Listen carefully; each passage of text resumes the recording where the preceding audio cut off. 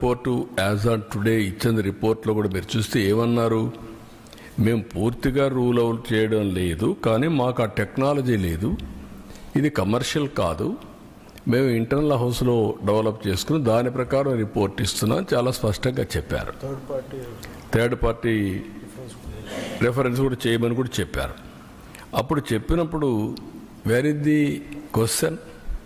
First report confirm చేశారు, ఏ రిపోర్ట్లో చూస్తే చేశారు.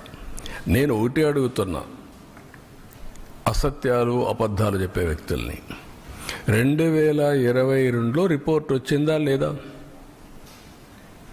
ఎందుకు తొక్కి పెట్టారని అడుగుతున్నా. ఆ రోజు మీరు కానీ యాక్షన్ తీసుకొని ఉంటే తెలుసో తెలియకో తప్పు జరిగిందని సమర్థించుకునే అవకాశం ఉంది. కానీ మీరు డెలిబరేట్గా చేశారు కాబట్టి, డెలిబరేట్గా చేయాలనుకున్నారు కాబట్టి అది తొక్కపెట్టి మీరు ముందుకెళ్ళారు. అందులో కూడా మళ్ళీ ఆనాటి చైర్మన్ పిఏకి డబ్బులు ఇచ్చారు, 4,68,00,000 ఇచ్చారు. అంటే ఏమనుకుంటున్నారు మీరు? బుకాయిస్తే ఇదైపోతుందని. ఇంకా రేపు రాబోయే రోజుల్లో ఆ రిపోర్ట్లని చదివితే ఇంకా చాలా విషయాలు వస్తాయి. టీటీడీ బోర్డు చైర్మన్కి తెలిసే జరిగింది. మెంబర్లంతా కూడా ఎవరంటే వాళ్ళు పోయి కూర్చొని వీళ్ళ మనుషులకు పెట్టుకొని పర్చేస్ కమిటీలో నిర్ణయాలు చేస్తారు, వాళ్ళే ఈరోజు ఎదురుదాడి చేస్తారు. ఇది మంచి పద్ధతి కాదు. అంటే మీరు దౌర్జన్యం చేస్తేనో లేకుంటే రౌడీజం చేస్తేనో ఇక్కడ మీ ఆటలు సాగుతాయనుకుంటే ఆ రోజులు అయిపోయినాయి. మీరే చూశారు ఈరోజు రాష్ట్రంలో. ఆ రోజు ముఖ్యమంత్రిగా నేనే ఉన్నాను. వివేకానంద రెడ్డి మర్డర్ చేసిన నెక్స్ట్ డే కత్తి నా చేతిలో పెట్టారు. ఇప్పుడు అదే చేయాలనుకుంటున్నారు. మంచి పద్ధతి కాదు. అది కూడా మీరు పెట్టుకుని దేవునితో పెట్టుకున్నారు, నాతోనే కాదు, దేవునితో పెట్టుకోవడం మంచిది కాదు. ఇది ప్రతి ఒక్కరు కూడా మక్కాకు పోవాలని ముస్లిమ్స్ అనుకుంటారు, దారుసలాముకు పోవాలని, జెరూసలాముకు పోవాలని క్రిస్టియన్స్ అనుకుంటారు. అదే సమయంలో తిరుపతికి వచ్చి దర్శనం చేసుకోవాలని హిందువులు కోరుకుంటారు. ఒక్కసారి కాదు, ఎన్నిసార్లు వీలైతే అన్నిసార్లు వస్తే అంత మోక్షం వస్తుందని, అదే మరి వాళ్ళ జీవితానికి విముక్తి వస్తుందని కోరుకుంటారు. అలాంటి పవిత్రమైన వెంకటేశ్వర స్వామితో పెట్టుకోవడం మంచిది కాదు. నేను ఎప్పుడూ నమ్ముతాను, కలియుగ దేవుడు వెంకటేశ్వర స్వామి, ప్రజల్ని కాపాడేది వెంకటేశ్వర స్వామి. మనకి ఏ సమస్యలున్నా మనం ఆయన మొక్కుకొని ఆయన మీద భారం వేసి పనిచేస్తాం. అది మన యొక్క సంస్కృతి సాంప్రదాయాల్లో ఒక భాగం. మనందరికి కూడా ఆ పవిత్రమైన దేవుడి మీద నమ్మకం. ఇప్పుడు జరిగింది నమ్మకం విశ్వాసం పైన దాడి, వెంకటేశ్వర స్వామి పైన దాడి. అది మంచిది కాదు.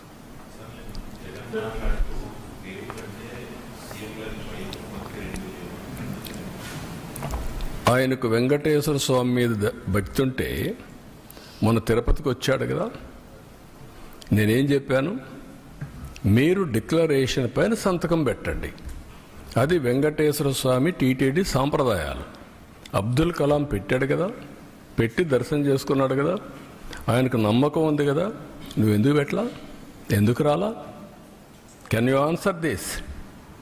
అంటే నువ్వు ఒక మతస్థుడు కావచ్చు, తప్పులేదు.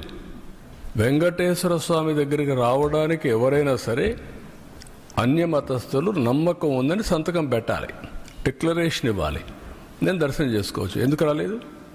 అంటే ఇప్పటి వరకు నువ్వు చేసిందంతా ఇవే కదా. వెంకటేశ్వర స్వామి నాకు ప్రాణభిక్ష పెడితే నాకు నమ్మకం లేదు, నువ్వు మాట్లాడతావా? అంటే ఏంటి? ఎక్కడికి పోతున్నారు మీరు? ఒక హద్దు, ఒక లిమిటేషన్స్ ఉంటాయి. బియాండ్ లిమిటేషన్స్ ఏం చెప్పినా ప్రజలు నమ్ముతారు, ఏం చేసినా నా ఇష్టం, అది కుదరదు.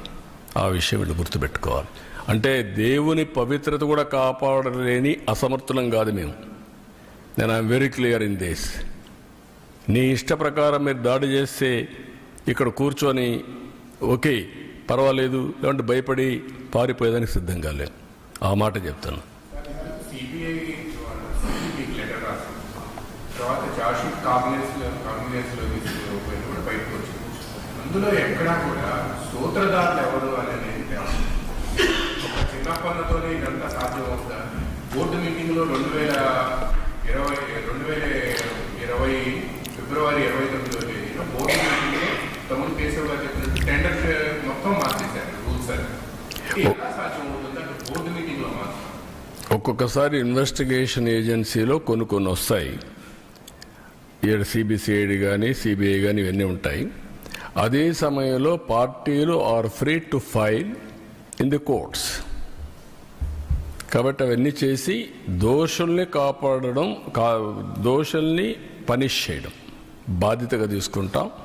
ఉండే అన్నీ కూడా ఏ మార్గాలు ఉన్నాయో అన్ని మార్గాల ద్వారా, అన్నింటికంటే అండి మీరు గుర్తుపెట్టుకోవాల్సింది, ప్రజల మనోభావాలతో ఆడుకున్న వ్యక్తుల్ని, దేవుని పవిత్రతని దెబ్బతీయాలనుకున్న వ్యక్తుల్ని ఉపేక్షించే సమస్య లేదు. ఏమేమి పాసిబిలిటీస్ ఉన్నాయో అన్ని విధాలా చేసి నేను ఒక మాట చెప్పాను. ముందు మాధవ సేవ, తర్వాత మానవ సేవ. దేవుడే లేకపోతే సేవ ఏం చేస్తాం? నమ్ముకునేది మనం అందరం డెస్టినీ, దేవుడు. ఆ దేవుణ్ణి ఏ మంచి జరిగినా చెడు జరిగినా దేవుణ్ణి ప్రార్థించి ముందుకు పోతాం.